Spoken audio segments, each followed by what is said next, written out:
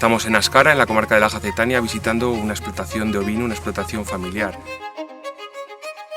Apostamos por la ganadería extensiva, apostamos por el modelo de explotaciones familiares, el más común en Aragón, el que genera empleo y el que genera desarrollo y asienta población en el territorio. Por eso es necesario que haya una apuesta institucional, que las administraciones apoyen este tipo de explotaciones. Por ejemplo, el Gobierno de España tendría que apostar por otro modelo de PAC, por un modelo de PAC que apostara realmente por este tipo de explotaciones.